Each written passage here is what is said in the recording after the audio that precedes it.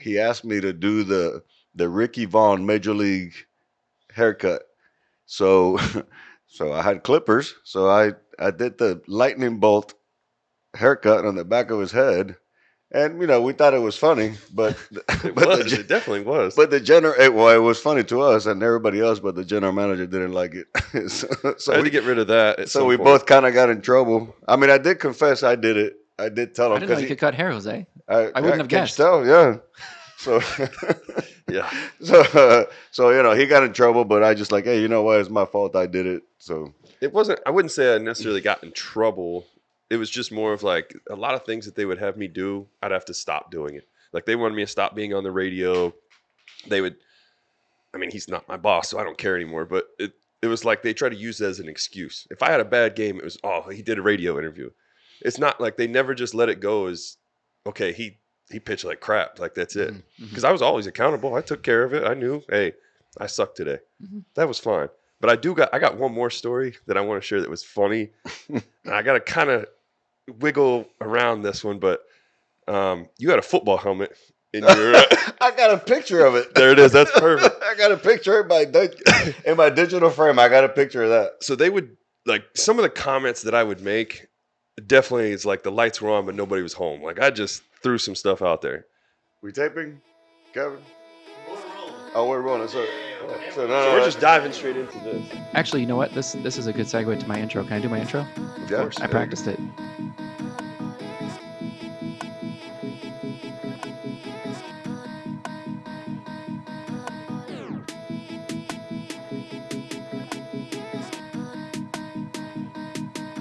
Because every patient deserves more than just a patch. They deserve a chance to recover. Okay. Time out. Go ahead. Hello, everyone. Welcome to another episode of Eclipse Unscripted. I am your host, Dr. Dustin Leake, and today we have a very special guest. You probably know him most for his work in Dumb and Dumber 2. However, what I learned today, he also plays baseball. And he's actually pretty good at it. Played with the Rangers for some time. Took him to 2 World Series, if I recall. And he's our famous left-handed pitcher, none other than the Dutch oven himself. What's your name? I forget. Derek Holland. Derek Holland. Thank you. I like that. That's a good. Was that intro. good? I practiced that in the mirror. Yeah. I could tell you were locked. I thought there was a script over here because you were staring No, that's past Jose's soul. So I was. That All was right. it. Good. Yeah. So actually, we watched a little bit of that movie last night. I thought maybe we could ask you a couple questions about it. Mm-hmm. How did you get on that show? So, with the personality that I have, I'm a goofball, like I said, and I don't know if you remember it or not, but it was called MLB The Fan Cave. And what they would do is it's always bring in fans, and they would stay there for a year and watch every single baseball game, all their teams that they liked, whatever. So they did a bit, and it was me and Justin Grimm, and we were doing the Dumb and Dumber redo, and we just put it out there, sent it to the Farley brothers, and just saying like, hey, put us in your movie as we did it. Well, they did. They invited us out. And so I went out there. Grimm did not go out there. He chose not to, I guess. Dumb on his part, but that's fine. And I was in the movie, but I got to meet those guys. And I didn't meet Jim Carrey, by the way. I met Lloyd Christmas. Like he does not break. Is that a character? Yes, he stayed in it. I met Jeff Daniels. And I'll never forget too, because when that happened, when I met him, we all went to dinner, and just like I cannot make this up, dude. The dinner was literally like we were still in the movie Dumb and Dumber. Jim Carrey was just hysterical. The whole I couldn't even eat. My jaw hurt from laughing so much of everything he was doing. Like it was literally all I thought was I'm hanging out with Lloyd Christmas this whole time. And he's doing his bits and goofing off and everything. And Jeff actually he would kind of like do a couple, bits with him. Like he could tell that he's, all right, I'll keep in there with him. But Jeff wanted to watch, I forget who it was on. I think baseball was on or something. And that's when I found out that Nolan Ryan was no longer with the Rangers. Because of Jeff, he came and told me. Because Jeff's a huge baseball guy. Loves the Tigers. And he came up and told me, like we were sitting at the bar or whatever. And basically we were watching baseball and watching Lloyd Christmas in front of us just go back and forth. And he told me, he was like, hey, did you just see that? And I had no idea. And that's when he told me, he's like, yeah, Nolan Ryan's no longer with you guys. What happened? And I had no idea. And Wow. so, yeah, that was It's a funny that way to was it. find But out. I was a mental patient too, by the way. Oh, we watched it. Yeah. So you saw me then right at the beginning. Well, to be honest with you, we had to ask AI where the heck you were in the movie. Really? Well, Yeah. I looked it up. It took me a while to look at it because I thought it was Ace Ventura. So I was looking into the asylum scene. I'm like, I know he was on there, but Yeah, I was. and then AI told me there was Dumb and Dumber 2. I was like, oh yeah, I remember because my girl Helena saw. Yeah, she Yeah. found you. Like we were watching the movie. It's like it's Derek. Yes, that's. Yeah. So I Also, watched it you with got my kids years ago, and then yeah. So it was funny is I never realized how this was with movies, but like when you get the extras and all that stuff in there, every single one of them is trying so hard to make it to where they're known in that movie. Like, Oh, sure. this is my part. Yeah, they wanted. Yeah. And the Farley brothers were getting pissed. Like they hate that because it's like we're trying. The focus is not you. Like stop trying to make a scene. And I'll never forget. I'm supposed to crush these pills, and basically dig in my ear or whatever. And I remember every time I'd eat like a few of them at times, and sure enough, the cut. We got to take this guy out. Get him out of here. Boom. Start it back over. Do it again. Cut. Get this guy out of here too. Because they're all doing something.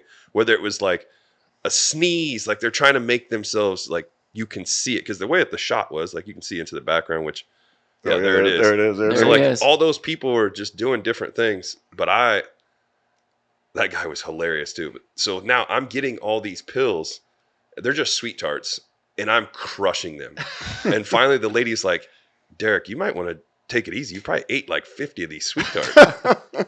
And I was like, well, Well, how many takes expect was it. that?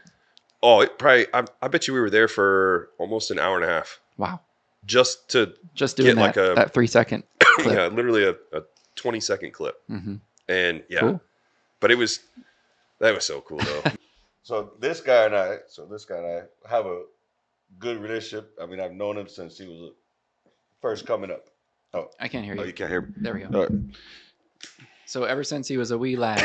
Yeah, ever since he was a wee lad of 23, I've known him. So he grew up in the big leagues with me, and it's been a fun time, and we always had a great time. But one of my favorites. He was always looking for laughs. He likes to laugh. He likes the comedy. He likes the stuff, and he asked me to do the Ricky Vaughn Major League haircut. So so I had clippers. So I did the lightning bolt haircut on the back of his head, and we thought it was funny, but It definitely was. but it was funny to us and everybody else, but the general manager didn't like it. so I had we to get rid of that. so we both kind of got in trouble. I mean, I did confess I did it. I did tell I him didn't know you could cut hair, Jose. I wouldn't have can you guessed. tell, yeah. So Yeah. so he got in trouble, but I just like, hey, you know what? It's my fault. I did it. So It wasn't, I wouldn't say I necessarily got in trouble. It was just more of like a lot of things that they would have me do, I'd have to stop doing it. Like they wanted me to stop being on the radio. He's not my boss, so I don't care anymore. But it was like they try to use it as an excuse. If I had a bad game, it was, oh, he did a radio interview. It's not like they never just let it go as, okay, he pitched like crap. Like that's it. Mm-hmm. Because I was always accountable. I took care of it. I knew, hey, I sucked today. Mhm. That was fine. But I got one more story that I want to share that was funny. And I got to kind of wiggle around this one, but you had a football helmet in your. I got a picture of it. There it is. That's perfect. I got a picture in my digital frame. I got a picture of that. So they would like some of the comments that I would make. Definitely, it's like the lights were on, but nobody was home. Like I just threw some stuff out there, and one time, they would call me radio every once in a while, like just being funny, so nobody gets, whatever, upset. And we had a helmet in there, and I said, hey, let me wear this helmet. It didn't have a face mask on it, nothing. It was just a helmet. So I put it on. I went out for a stretch. And I remember that everybody was laughing at that. Thought it was hilarious. That was like, that's my vibe. That's what I like to do is I want to keep everybody loose. I want everybody to have fun. I know that we're all going to work and everything, but at the same time, if you can keep an environment loose, you get a lot more done. But when everybody's uptight and, they're not having fun, they're not enjoying themselves, everybody's stressing over the wrong things, and then it's Mhm. like we're trying to be too perfect. Yeah. So that's one thing I can say is he was a part of an awesome clubhouse all the way through my career in Texas. Is there was no doubt, no matter how good or how bad we were, that clubhouse was always electric, and you would always think we were a winning team, which we were pretty much every year that I was there. Yeah, I mean, So I'm kind of a serious guy on my own, but I do. I always wanted these guys to have a good time, especially in the weight room, because weight room is it's where you're supposed to work hard, so to speak, and doing weights, and it hurts. Mhm. I've never told anybody that weight training feels good. It hurts, but it works. So I always wanted to make sure that the vibe in the weight room was fun and let these guys be themselves and goofy. If they wanted to talk, talk. If you want this kind of music, let's do that kind of music. If you want funny helmets, whatever, I didn't care as long as the work got done. And so the thing I enjoyed about him, he always had a good time, but he always got the work done, and it was a lot harder, more intense than most people too. So it wasn't just like halfway; it was very heavy, intense, hard work, and he'll tell you like he wasn't the most gifted, mm-mm. but originally, right? Yeah, You I weren't like a know. big draft pick or anything, but Mhm. he made himself by working hard. I mean, he built his body from a scrawny little 20-something-year-old to now, like I mean, through the years, the muscle mass, the strength, the velocity, all that other stuff just came just because he put in the work. So, I think but that to but he add, liked to have fun. That was the cool adding thing. to that though is like, and that's why I try to. That's why I'm loving coaching right now too. Is encouraging these kids to see like when you put the work in, the results will show up. It might not exactly be what you want, but you still got to put that work in there. To you want to throw harder. Okay, you have to work out. You have to do things like Mhm. one of the greatest things that I always loved, and I saw this on Instagram. Sorry, I need a drink real quick. Was it's faith based, and I'm proud Christian. I love using that, and what it said was like people will always ask for something, whatever it is. Like, man, I really want. The example was I want cake. Well, the way that God puts it out there is He gives you the directions, the ingredients, everything to make it. He's not just going to give you cake. So it's just like when I tell the kids, if you want something, you've got the opportunity. Everything's there for you. You have to put the work in. It's not just going to be given to you. Like, he's talking about how I grew or coming through the system. I was throwing 92 when I first got drafted, skinny beanpole lefty. And then all of a sudden, I get with these guys. They train me, they help me out. I put the work in. My velocity shoots up. I'm throwing up to 98. My body's getting bigger. I'm stronger. I'm lasting longer. Like, those are the things. Like, it's like I said, God put the instructions out there. I followed them. That's what you got to do. So I wish more people would understand that instead of just always asking for, man, I want this, I want that. Well, of course you want it, but you got to put the work in to do it. And nobody wants to do that. Everybody just wants it to just be here, hand me down, take it down. Here it is, whatever. That's a problem in pain management all the time. And I say that respectfully, but I think we have a culture where you go to the doctor and you expect the doctor to fix you. When it's like, well, actually, no, maybe if you quit smoking and ate better and worked out with Jose a couple times a week, like we wouldn't even have to have this conversation. Yeah, I But mean, that's getting a true. prescription is a lot easier, in a lot of cases. Yeah. But Well, that's the easy way. Like people want to try Mhm. to find the easy way to do it. And you talk about with the doctors, going through rehab and everything. Like it's a process. You got to trust that process too. Again, you're getting the instructions on what to do to take care of your arm, whatever it is. They're going to help you get that process taken care of, but you have to do what's told, follow the rules, follow the instructions. Like you said, eating, all that stuff. Like you got to take care of what's in front of you to get to where you want to be. Absolutely.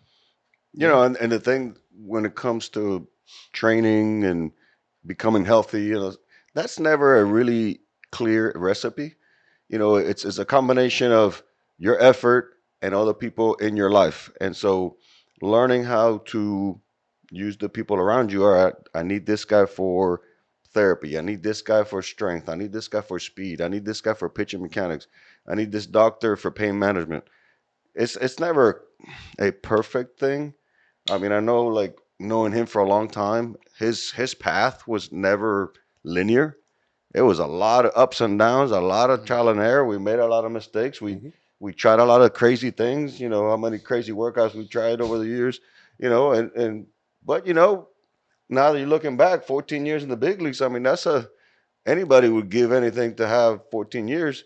Did it turn out the way he wanted? Maybe not. Maybe you would have wanted some other things or another. But like, it's still a very successful career, and that's what people need to understand is like, unless you put yourself out there and risk the process of preparation, asking for help, trying this, trying that, you're never gonna know. Hmm. That's So what I love the saying too with baseball. It's a game of failure.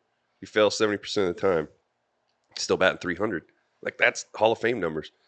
Jose was like he was saying, was my career, Hall of Fame status? No, but I achieved what I set out to do as a kid.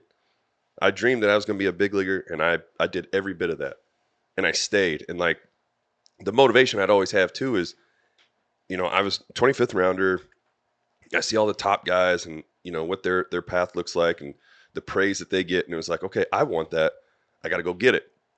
So then I get it. You get to the big leagues, and then it's all right. I got all these guys coming up. They're trying to take my spot. What am I going to do to keep them from taking that spot? I have to go out and perform. I have to go train. When they work, I got to try to work harder than them. And it's like I'm doing the same thing now. I'm definitely in better shape than I was when I played, but there's a lot of different things that I'm doing now that's helped. But like training with the kids I have now, I try to tell them, see if they can outwork me. Hmm. I'm 38. These kids are 20, 21, and I'm destroying them. I finally got one kid to start waking up, using his legs more. I just squatted 405 for the first time since probably, I'd say 2018. I got this kid to do that same thing because I kept challenging him over and over. And finally he got it. Like, okay, here we go. Remember what I told you yesterday, Jose? don't say that. I take it back. Wait, what was it? I got to hear it now. You got to tell it. You got to tell You it. can't just throw that out there. Well, I lift. I've been known to lift weights from time to time, but I'm very busy in the medical field, so I'm not a professional athlete. It's okay. I did some squatting the other day, first time probably since college. Thank you for not laughing. I'm not going to say anything. A lot of people don't do legs. 185. Now the internet knows. So there you go. Yeah. Hey, you know what? How much do you weigh? Less than that. Okay, so you're doing more than your weight. There you go. That's the goal they say you're supposed That's to. what Actually, I told him. That's what I told him. Yeah. you should guys be able are- to squat more than what you are. You guys are so kind. Yeah. Thank you. The one, okay, because now I really want to put it out there for you too. Is I just started doing actual straight bar bench. Mm. I've always, as when you're with Hosey and any baseball, they don't let you do that. It's always going to be dumbbell. I'm up to 285 right now on bench. That's good. Never That's bench. good. Yeah, I'm pumped. Like that's so cool. So happy. So it's again, it gets back to what we just said. Like, put your mind to something and go. Mhm. Let it take off. Absolutely. Yeah. So, tell them a little bit about some of the injuries you've had, and start talking about some of that stuff. Yeah, I mean, so some of the injuries I've dealt with, I've had a microfracture in my knee. I had, and I'm sure you remember this. Mhm. We were stretching on the field. My kneecap went out of place, put it back into place. Got caught on a sprinkler, Mm-hmm. and my favorite part was Darren Oliver was beside me, and just seeing him like freak out because my pants were up. I wore pants up at the time, and I just remember I'm laying there, and you can see my kneecaps on this side, and he's freaking out. And then once I just smacked it went right back in.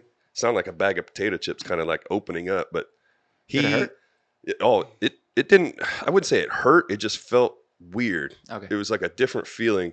But as soon as it went back in, that thing blew up like a beach ball. And then everybody's laughing at me, like, because I'm the goofball. But it's like we're stretching, so that's usually when guys are like talking crap to each other. Just nothing against him, but it's like nobody cares what he's trying to tell us to do for the stretch. Like you just do it, and he'll even yell it, like, "All right, guys, do whatever you want. Who cares? I'll see you back in a minute, whatever." But yeah, I was just laying there, and everybody's just giving me crap, like telling me to get up, let's go, and I'm like, no, I really messed myself up. But had both knees worked on. Tommy John 2 years or 3 years ago, flexor tendon 2 years ago. I've had shoulder injuries. I haven't like no surgery, thank God, but I had like some tears in there. Done like PRP, stem cell. Stem cell is probably one of my favorite things to use. Where'd they put it? So I've done it in my shoulder and I've done it in my knees. The knees, I don't feel like it was doing enough because I've lost so much cartilage on this knee. So it's like I needed something that's still like kind of bone on Cushion. bone in a way. Mhm. I forget, there was something new that I had heard from another doctor talking about it. I can't think of what it is, but it goes in and kind of opens it up and I don't know, fake cartilage, whatever you want to put or say. Hyaluronic acid or some You type can of say gel. whatever you want. I'm not gonna Yeah. know. I just know there was something, and I was like, okay, cool, I'll get it. But Yeah. Was I it mean, Synvisc? Yeah, I won't even know. yeah, because But I did that. it Meister helped. injected that. Yeah. So that's yeah. Yeah. So that's I mean I that's would what do I've that. gone through injury wise, and I've done plenty of rehab. I will say the one thing, and I know Dr. Meister would love this. Anytime I was rehabbing, I talked to every single person in that place, and I would just try to boost their confidence, whatever it was they were doing. That's just always been me. Is like whoever's there, I don't care. I know how hard this is. I know, the process and everything. It sucks, but if I can just give you that little bit of life to encourage you, boom, you're going to get after it. I was thinking, it's such a good thing that Tommy John happened later on in your career. I mean, imagine if that happened back in 2010, 2011. So would not 16 years be of good. like pro ball, Yeah. that's including minor leagues and everything, and never had Tommy John. That's like That's I a good only- run. That's a yeah. good run. That's kind of unheard of, especially with how it is now. It's like Yeah. everybody's getting Tommy John like it's going out of style. And the thing that sucked is I got Tommy John while I was trying to make a comeback. I was in indie ball, and of course you have to go through the whole workers comp, which that is an absolute train wreck to deal with. But yeah, that's the only thing that sucked is I had Tommy John and I wasn't with the major league team. It was like, we're just trying. Like I was ready to give it up. Like I'm good. I got 14 years in the show. I'm good. And then Meister was like, just give it another try. And then boom, I blow out. And then I get back and I was like, all right, Meister, I think I'm done. He's like, no, you got a brand new arm. Let's do it again. You got this. I was like, all right, whatever. Boom, blow it out again. Well, the tear in the flexor tendon.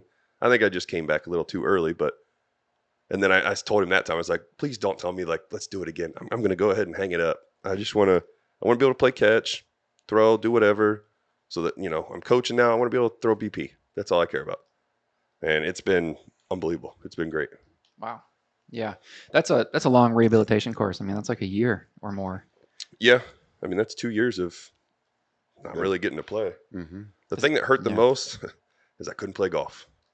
I've been golfing my butt off. I love it so much, but yeah, I didn't get to do that. Is that the most common secondary sport for baseball players? Is golf? I think it's every sport, to be honest. And what's great about it is it's a mental game. Mhm. It's you versus you. That's it. Like, I don't care if I'm playing him or whoever. I got to beat myself because once I have a bad shot, usually here comes a club toss, something like that. But you got to you're competing against yourself. And I think it's huge for the mental game that I wish more. I tell all my kids, play golf. I don't care if you're good or not. Go play it. Watch. Control your emotions. See what happens. What's it like being a pitcher in that scenario? I mean, obviously you have a team around you, and so you're kind of vibing with them, but are you playing the batter as well? Like maybe you don't always know who's coming up and how they're going to play you, or are you really just in your own mind, you know what you're going to do and everything else is just going to fall? No, just to help you out, we do know who's coming up to the plate, so I have a good idea of what that is. But it's more of just playing chess. I'm trying to trick him. He's just trying to outthink me. There's certain guys that one that I definitely know right off the top of my head is Torrey Hunter. That guy guesses. He's sitting on one pitch, so basically he's guessing for that pitch the whole at bat. And if he gets it, he'll get it too. Mm-hmm. I will say too, I want to mention it is when you play and you see guys get hurt. For instance, we played with Adrian Beltre, and that dude would play through injuries. And as a younger guy, you see him, you look up to him. It's like, dude, I got to play through some injuries. There's also a time and a place for that too, which I screwed up. And I think that's something that, I wish more people would understand is, you see, like I said, Beltre's out there playing torn hamstring, whatever. And then I tried to pitch. I know you remember it was Houston. It was my first opening day it wasn't really opening day, but it was our opening day for home. Yeah. And I wanted to, I got to start, but my shoulder was just jacked. Something was not right. And I remember the very first pitch of the game, I threw it and it was like 86 or 85, something like that. And Beltre yelled at me right away, first pitch changeup? Really? Are you kidding me? I was like, no, it's all right, whatever. Like, I'm just trying to think of how I can just get through. Just give me one inning, and I can tell them I got to come out. And then all of a sudden, I throw the next pitch, and it's 88. So it slowly climbed. And he's like, and then Beltre starts yelling, "Hey, you good? What's going on?" And I was like, yeah, I'll be fine. Don't worry about it.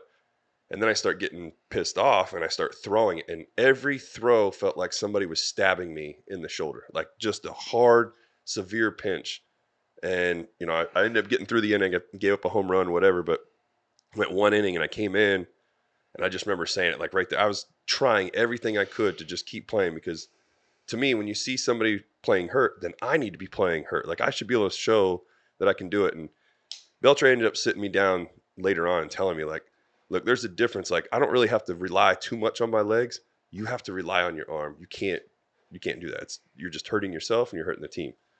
So that was the hard pill to swallow, is trying to play through some injuries. You got to pick and choose your battles. There are times though that you can play through injuries, whatever it is. A lot of us get too soft, with when it comes to that. Is guys are just like, I don't need to throw. I feel a little cranky. It's like you never know. You might throw and all of a sudden it's gone.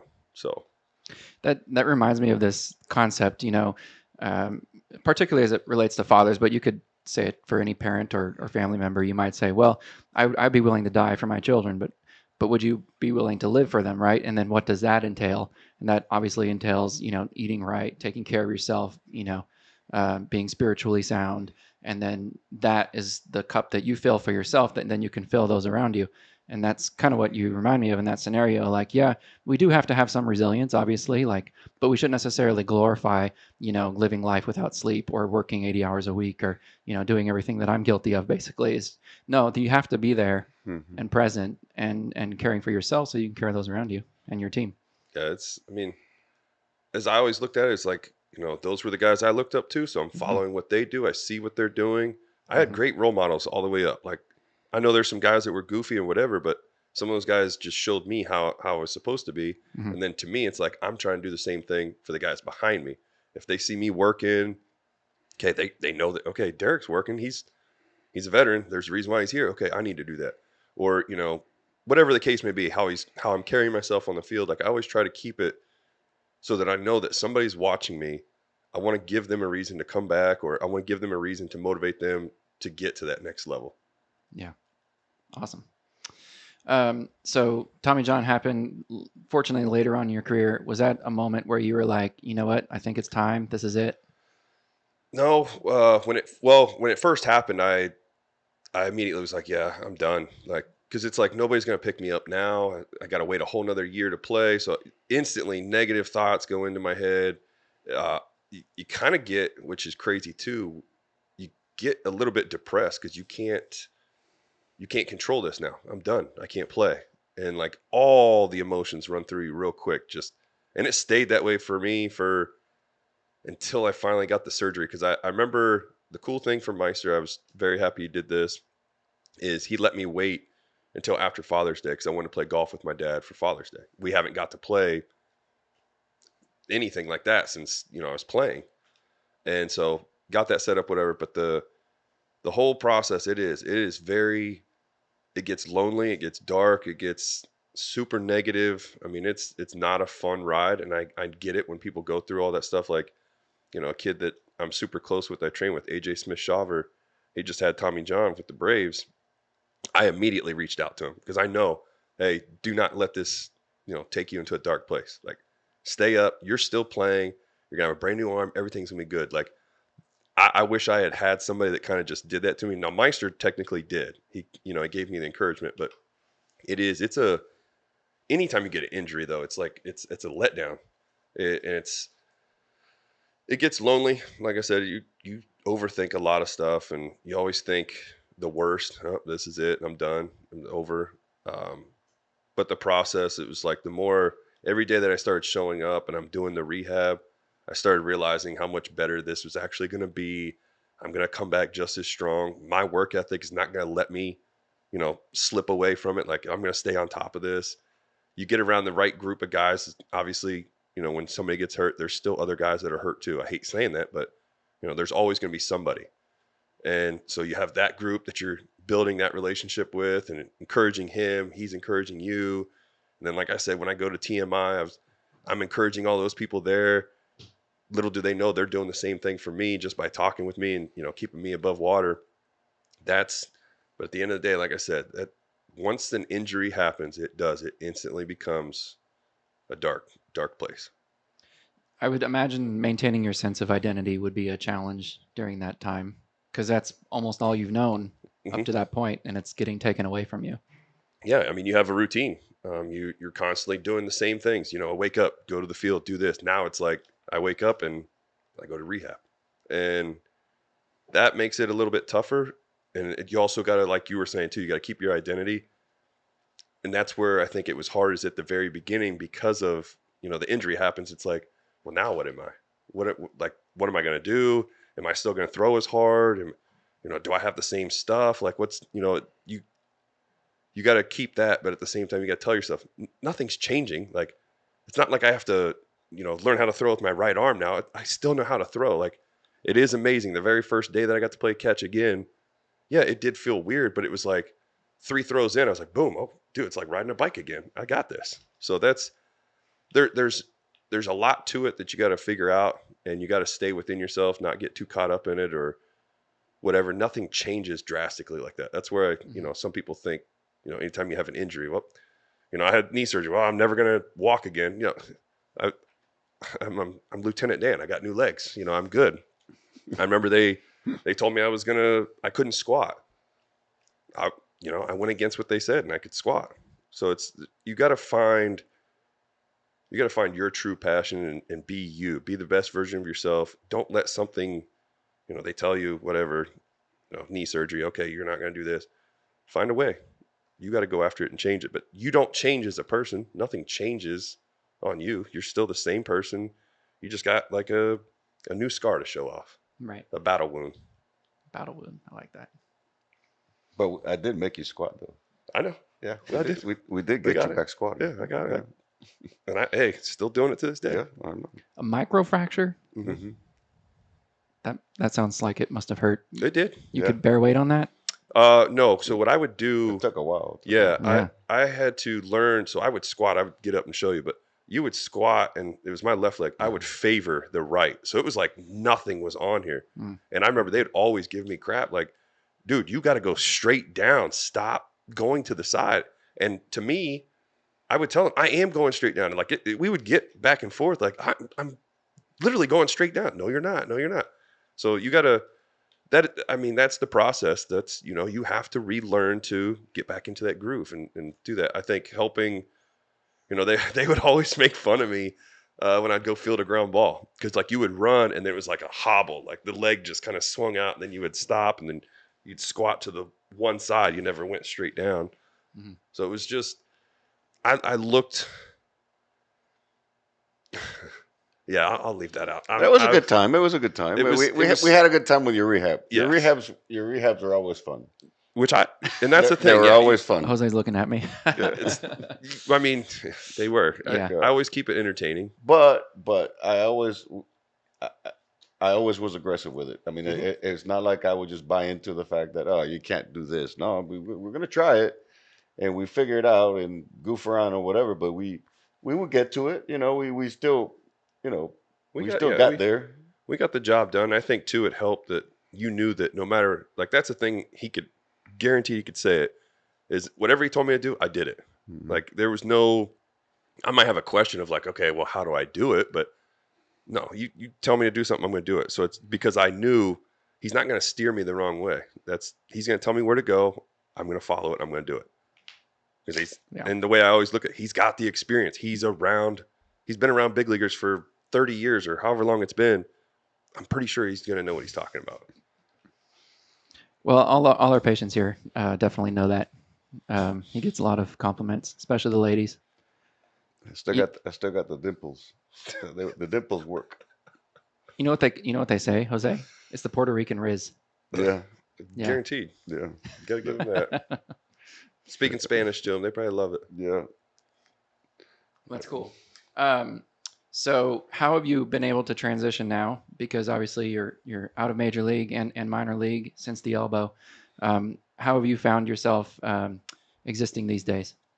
Well, I mean, getting involved, which I've always done, just trying to stay active in the community, but also getting into coaching. That was the big key. Is I feel like I've been in the game long enough that I've learned a lot, which I have. I should be able to share this information with people and help them get to that point. Hmm. And now it's like I get to live through them, and I look at it as, if I could teach you this and help you out, you're going to advance. You're going to get to go to where you want. I want you to be able to achieve your goals. But how can I help you? Is my biggest key. So I got into coaching. Been doing that. It's been fun. It's tough at times. I mean, where I was just at, it was I was kind of told one thing and then it kind of just drifted off of control wise, which is fine. It was my first time. So I'm going to follow, the lead. I'm going to be respectful. But I got to teach those kids, help them out. It is amazing. And I can see that, the thing I had to learn is just don't get so frustrated. Because like a lot of these kids, you tell them something, and if the result doesn't happen right there, okay, we're done. We don't want to do it anymore. It's like you guys got to understand greatness just doesn't happen overnight. It's not going to be one pitch. It's not going to be it's a process. It takes time. If you can't wait or trust it, then you're never going to be successful. And it was like I had to always break it down to him. Like I would teach him, a new pitch, a two-seamer, whatever. I was like, my first time I threw a two-seamer, a ride back to a right-handed hitter, literally was a home run. Evan Longoria hit an absolute bomb off me. But I didn't stop throwing it, and it became one of my best pitches. So it's like I tell them, like, you got to understand you're going to fail with it, but you got to trust it. You got to try it. You can't just expect the first time you throw it and it's great, and all of a sudden, oh, well, I got it. No, you don't. I promise. The next pitch will not look the exact same. And that was frustrating at times. And trying to teach kids how to use their legs, they don't understand. And you would show them, and all of a sudden they would do it for like, one pitch, and all of a sudden it was like back to what we were just doing. It's like, no, keep feeling that out. Like, remember what the thought was. What'd you tell yourself? How'd you get to this position? Like, just try to do it that way. And the other thing too, which we were just talking about before we started, was the kids don't want to run, and they don't understand how important it is to run to help you with longevity into the game. You want to pitch long. Like I always tell them, my philosophy, did it always work this way? No, but I'm a starter and a closer. I'm going to start that game and I want to close that game. That's my mentality. They don't think like that. And that's what we're trying to, you try to teach them that. And they don't understand the importance of running and how good it is for the body. And, I told the kids before, it's like, it's funny, since I got you guys to run, look how much longer you guys have pitched in a game. You look at last year, you guys would go like maybe 2 innings and you're gassed, you're tired, and you wonder why. And it's like, I tell you, it's because of running. They're like, no, I don't think it's because of that. I think it's because I got stronger. I'm like, okay. That's the frustrating part. So it's just trying to teach the game and help these kids and understanding the benefits of running, the arm care, the mental side of things, just trying to establish that for them so that they get it. Sorry. I got another one too. You can cut that We're out. good. They can cut that out. I hope so. That's a Derek Holland cough. We'll Yeah. keep it. Yeah. Legendary. Legendary. Sorry, there was another one. Yeah, I think I read a statistic somewhere. Don't quote me on it, but it was like something like 80 or 90% of people over the age of 30 will never sprint again in their lives. I have to look that one up, but I was like, I well, probably didn't, but but chasing I after can these see kids, it now. Yeah, You haven't. I don't think you've ran. yeah. No, yeah. the other thing too, because you're talking about stats, I thought this was funny. Not to sidetrack, but did you know that when you walk past somebody that you don't know, you give them a head up, and then if a person head down, and a person that you do know, you go head up. head up. I never knew that until the other day. Somebody brought that up. So there's your fun fact. You're That's gonna so think true. about it. I promise. Yeah, Every one of you I'm guys gonna will look think that about up it because you're gonna start walk. doing that. I'm gonna start doing. You're gonna be that. walking. You're gonna pass somebody, and all of a sudden you're like, "Oh, I got you. I know it. Okay." And then next, hey, how you doing? I'm telling you, I think I do that. Yeah. I guarantee you didn't notice it, but you will now. Hmm. The next person you pass, you'll walk out of here, go to the store, whatever it is. You pass somebody in the aisle, boom. How you doing? Whatever. Oh, okay. You'll catch it. So what do people do to you? Because they probably recognize you. No, not really. I mean, Every once in a while they do, but it's I always nod or whatever. Yeah, but you had so many haircuts and Yeah, but I still look. This hasn't uh, changed. you This still is have still more the baby looks. face. Yeah. All right. Any words for us, Jose? Anything that we're missing? No, well, I have probably like a handful of guys that I enjoyed throughout my career, and Derek was one of them. I enjoyed him mostly because I liked the guys that weren't highly drafted or top picks. I like the guys that grinded their way through the minors. I like the guys that were constantly seeking, but also they were seeking help, but they did the work, and they did the work that you suggested. It wasn't always a negotiation or an act of Congress to get them to do things. It was more like a simple conversation. How do I get better at this? Try this. Let's go do it. And not only that, but he was always great with my family, my son. I mean, my son is like he's my son's favorite player because he used to babysit him in the weight room when my Have them son was hang out. little, Mm. and so and he grew up to be a big lefty. So we'll see. We'll Got see him what right. we'll see what my son's got. But See, Jose doesn't know that's what I was doing. Is I kept taping his right arm behind him and yeah, just yeah, let's that's throw what- with the left. yeah. Let's Next go. thing I know, my son is a lefty. So I was like, all right, cool. Yeah, here we go. I didn't know it's contagious. Yeah. So, but no, he's one of my favorites. He grew up with me. I enjoyed watching him grow up. I enjoyed watching him play and have a good career. And you know, all the guys that I got had good relationships too. I got to meet their parents, so I was able to see kind of where they came from and Yeah, their background. You know, my dad loves Jose. yeah. So we still kind of check on each other, see how Richie's doing. Yeah, Richie's good. You know, so that's what it's all about for me. It was always about the relationship with these guys, and yeah, they were awesome baseball players, no doubt. I watched my dream. I had the dream to be a big leaguer. I was a big league strength coach, and so I got to watch it, and I enjoyed that part. But then beyond that, I enjoyed those guys that I had good relationships with that I know I contributed to his career, but he also contributed to my life. So that's the way I looked at it. I enjoyed the guys that it was kind of a back and forth, a relationship. It wasn't just like a you're here to serve me only. So Hmm. that's what I enjoyed the most. I appreciate that. You know. Is there anything that we did like? I know you can obviously edit this, but did we miss anything that you wanted to talk about? Because I know we were talking about.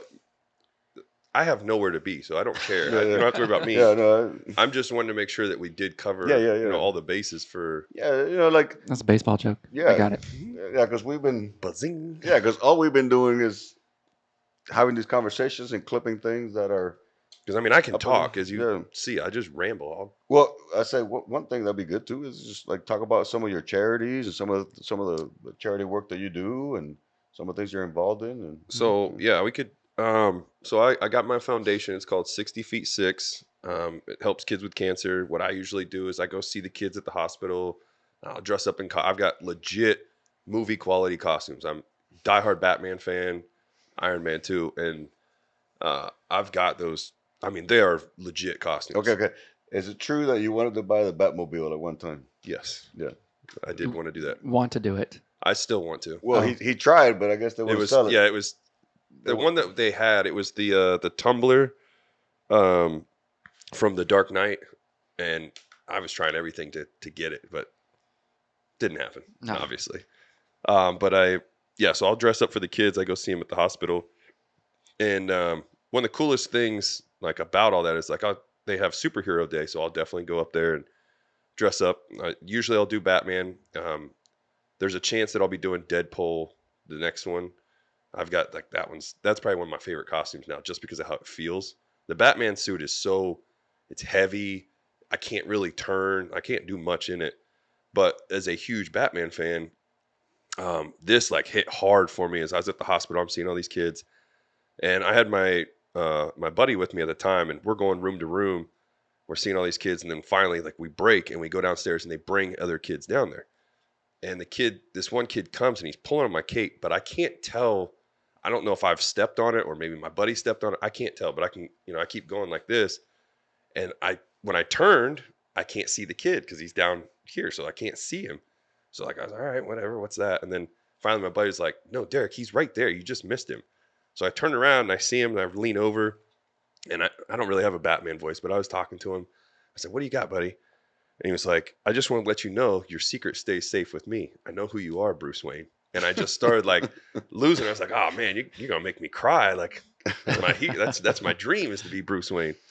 But that was cool to do that. And then the other thing, I know he's seen it before too, when we would go with the team to the hospitals, I would always get pulled aside and I'd have to go to Seacrest Studios, is one of them, is what it's called. You go interact with the kids on the microphone. And some of the things I do is voices. And so I was doing Kermit the Frog for the kids. And they have, like, the way it looks is, they put my picture, not me, they put Kermit's picture up on the screen so that they can see. So that way they can't see me. They just see the puppet looking, the picture, whatever. That way that they're thinking that they're talking to him and they can call down. And that was one of the coolest things to see. So it was me, Delano DeShields, I forget who else was in there. They're dying because I can just speak. I can improv whatever with the voice I do. And I'm talking and all the phone lines are lighting up. They're all trying to call down and talk.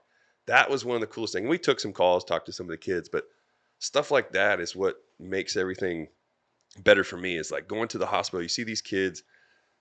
My goal is to just go there. 1, put the smile on their face. 2, take them away from what they're dealing with. But 3, I want them to realize that it's not just their family in their corner. It's me. It's, the superhero, whatever it is, everybody else. Same thing when I have my events with my charity events. I want the kids to see, which I always bring them out there. And, just recently the little girl shaved my head. She's going through brain cancer. And she got to see all the golfers that were out there. They're all there cheering for her, praying for her, talking to, like, she went and talked to every single person. That to me is what it's all about, is now she knows that in this battle, or all these kids know this, in the battle that they're dealing with, they're not they're not alone.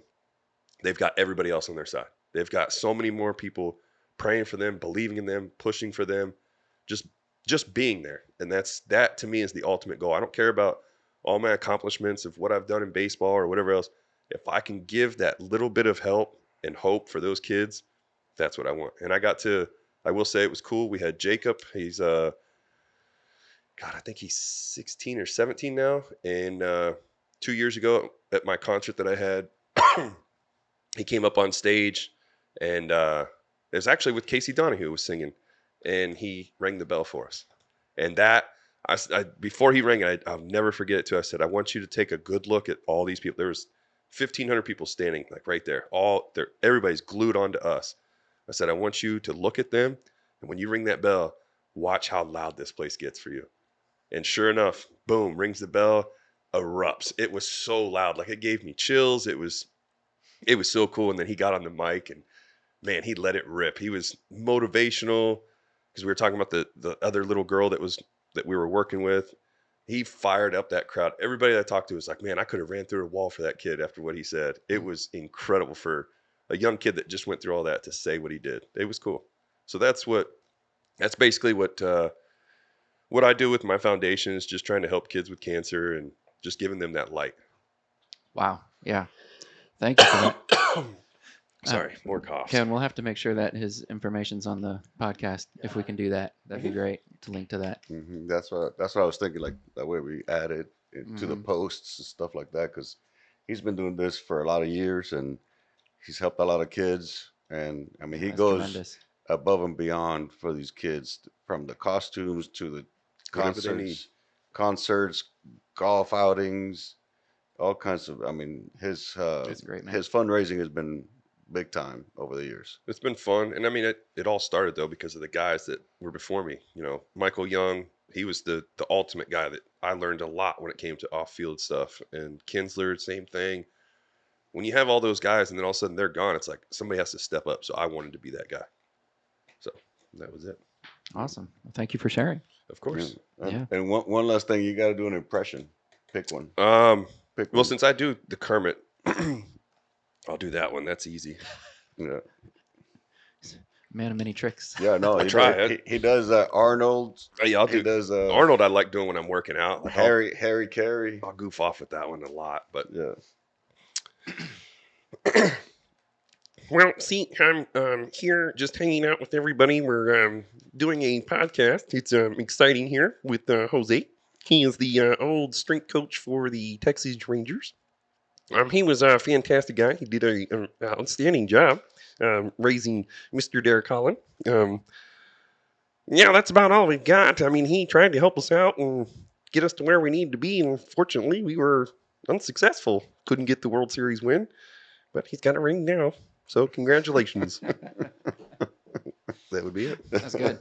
Wow. I was going to ask you where Mrs. Piggy was. No, Miss Piggy is not here. We don't even know. Still She's looking out for Miss wandering Piggy. around. Yeah, I'm trying to find the correct piggy. Yeah. So, growing up, we were basically a sports family. My dad, my brother's older than me by 6 years. So, where the imitations and stuff came from is actually from watching him and his teammates. I would imitate everything that they did, their swings, maybe it was their facial thing. Yes, yeah. I'm getting to it. Yeah. So that's where that kind of started. But then baseball was always the number one. That was something that we always played as kids. My dad set it up. We would take a wiffle ball, we'd take a wiffle ball, electric tape it, and then we'd set up a chair. That's your strike zone. So it all started when I was a kid. I picked up the bat. I started doing it. I just, whatever my brother Greg was doing, I had to copy him. And so we did that. And then growing up, man, my parents sacrificed so much to get us to wherever we needed to be. They made us play every sport, which was great, kept us active. And I think that's something that I always preach to the kids is play as many sports as you can because you truly don't know which one you're really good at. I was a quarterback. I can throw the crap out of a football. I was an outfielder in baseball. I wasn't really a pitcher. I didn't start pitching until maybe I pitched. Everybody pitched, but it was like really started focusing more on it in my senior year. But I mean, it's, we were active, played every sport. My dad would take us everywhere. One thing that I can say that's really cool that my dad did is obviously anytime we wanted to play catch, boom, drop of a hat, he would go do it. Whether it's football, baseball, whatever, basketball, if we want to shoot. I know I would say that was the big thing is my dad definitely wanted me to play basketball. He wanted me to be the next Pistol Pete. And clearly that didn't work out. So that's fine. And we would do drills that Pistol Pete did. Like my dad tried to do everything with us. And same thing with baseball. He would find things and, all right, let's work on this. Let's do that. Like my dad was always making us work on stuff, which was great. And he also wanted us to just have fun, like enjoy ourselves. He didn't want us, he's an electrician.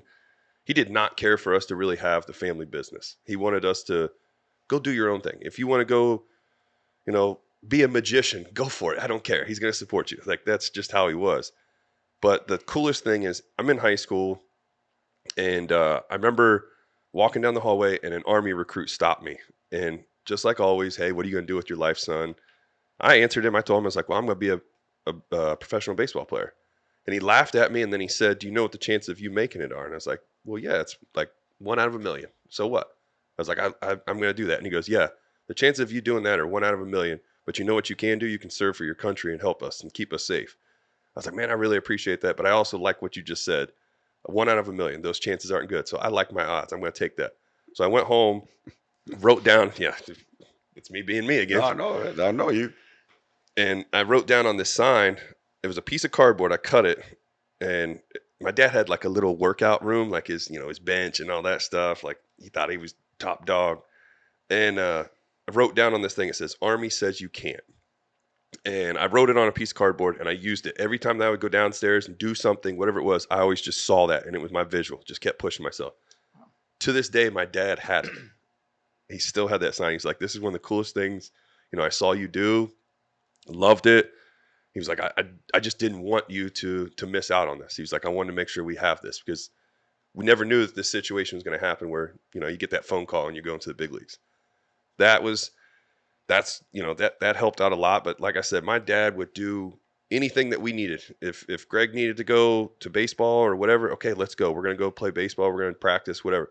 My dad did a good job of making sure we were on top of what we needed to be. And the way that I also love too, but you don't see this nowadays, especially nowadays because of electronics, but in gaming, if the sun was up, No joke. Your ass better be outside. That was the words. You don't need to be inside. And at nighttime, okay, come in. Do your schoolwork, everything, because it's nighttime. You can take care of that now. Start, it get dark at 8 o'clock, whatever. That's it. Street lights are on. Get your butt home. Do your stuff. Let's go. Outside, play, do whatever. And the cool thing, too, is, and I love that I saw this not too long ago. It was a post, but my neighborhood, we had kids everywhere. So we were always together. We would always be playing football, basketball, baseball. Like we were all together. And the crazy thing is, and it's wild. We never knew when our last time of hanging out was going to be. And there's the picture of, everybody's all hanging out on their bikes. That's it. Because I still keep in touch with all my friends from back home, the neighborhood kids, all that. But it's crazy is you don't realize when the last time that really is that you guys don't hang out.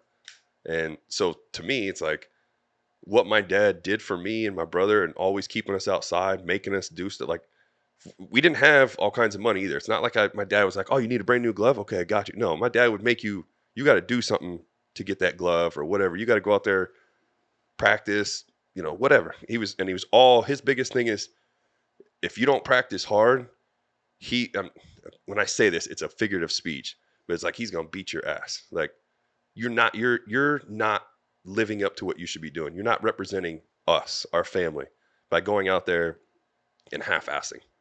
Go out there and get your work in. When you're done, you can sit and rest. And I always tell the kids that too. Hey, I need you for 10 minutes. Play catch with an intent. Make sure you're doing something the right way and work on it during that time. After that, when we start taking BP, okay, cool, you can goof off and whatever you want.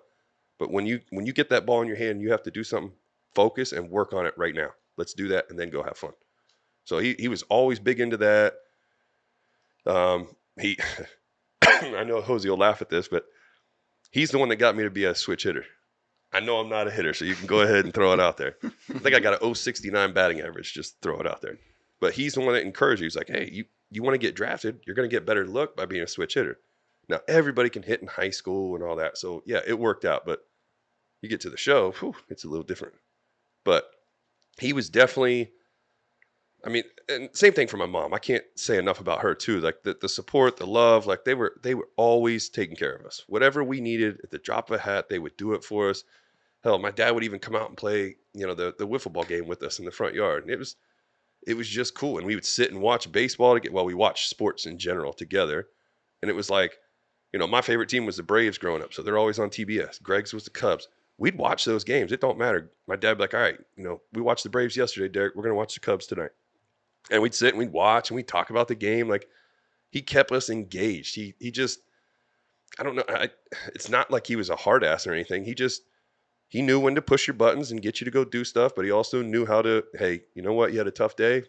I'll help you out. Let's get through it. That's how they were. They were very encouraging. They were very helpful. They wanted me to achieve my goals and go play what I want to play. There was no, hey, you're a baseball player. That's it. You go do it. No, you got options. Go do what you want. If baseball ain't for you, fine. Let's go do something else. I'll support you, whatever you do. That was it. Good old Richie and Wendy. I'm impressed because I think there's maybe some challenges with professional sports folks and maintaining relationships with their family members and that type of thing. But it sounds like that's not been a problem with you. We had no issue. Yeah. It was Mm-hmm. anything like, if I had a bad game, they'd ask, hey, do you want to talk about it? If I said no, okay, cool. We left it alone. We didn't force anything. That was the I think that's a good lesson there. That's kind of what we touched on last time. Yeah. Mm-hmm. And as I got to know guys like him, I also got to listen. One of the things I'm always telling my son is listen to people talk. We were talking about this the other day. Listen to what people are saying, and then they'll tell you kind of what they need or what they're into, and what they're all about. And listening to these guys talk about their families and their upbringing and stuff like that, I got a lot of ideas about what made these guys, what helped them get there, why some of these guys are more grateful than others, why some of these guys were more solid than others.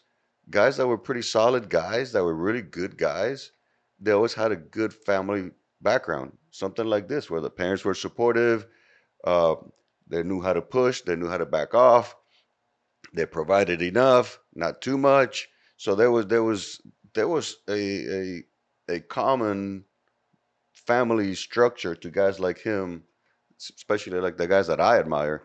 There was a commonality where I would listen to these guys talk about stuff about their family, their background in the weight room, and I'd be like, hmm. Because I was always looking to find out what makes these guys great. And one, yeah, talent, obvious, but I listening to them talk about their parents, their brothers, their how they grew up, what sports they played, you know, stuff like that. And I learned a lot just by listening to them talk. And I realized that's what makes these guys who they are. And they're solid human beings, not just good ball players. Yeah, I mean, there's good ball players that I care nothing about, but there are some guys that just I admire them for both things. They're good, solid men, but also good ball players. And so, and the common theme is that they had good family support at least. Yeah. I would say too, the other thing I just now thought of it as he was talking was something that my dad always brought up is if you want to learn something, you're going to go and ask the questions. But if you don't, you're not going to do anything. And that's why like I do like that is if I wanted to know something or I needed to work on something, I would go ask the questions. That's why like my dad would never force it because if I want to learn or I want to vent it out, then I'll go talk to him. But if I don't, then okay, then nothing needs to happen or whatever. Hmm. And that's why you see a lot of these kids too, like they don't go and ask the questions. They don't go to try to get more knowledge of what they're trying to learn or whatever. It's just they expect you to come to you or come yeah, they expect you to come to you to tell you like, hey, do this, do that. No. And that's to me, it shows a lot more of that person what they really want when they come and ask the questions. Where I don't have to go and actually I know he dealt with this a lot. I don't have to go track you down. I don't have to go find you and tell you got to go do this, whatever. No. If you really want it that bad, you'll come to me. Hmm. Mm-hmm. Or come to whoever's got the knowledge. Yep. Yeah. That's my kids are still young, so I'm trying to figure out what it is that they have a passion for. Right now, it's obviously video games. Trying to pull them out. Yeah, I mean, you're like 12 and 8. So what are you gonna do? Yeah. But you didn't grow up in Texas, I don't think. No, I did not. I grew up in Yeah. Ohio, which Yeah. yes, I know it's not as hot, but guess what? It's a lot colder up there though. Well, So our winters it's are hard to go outside in Texas. Everything's trying to kill you.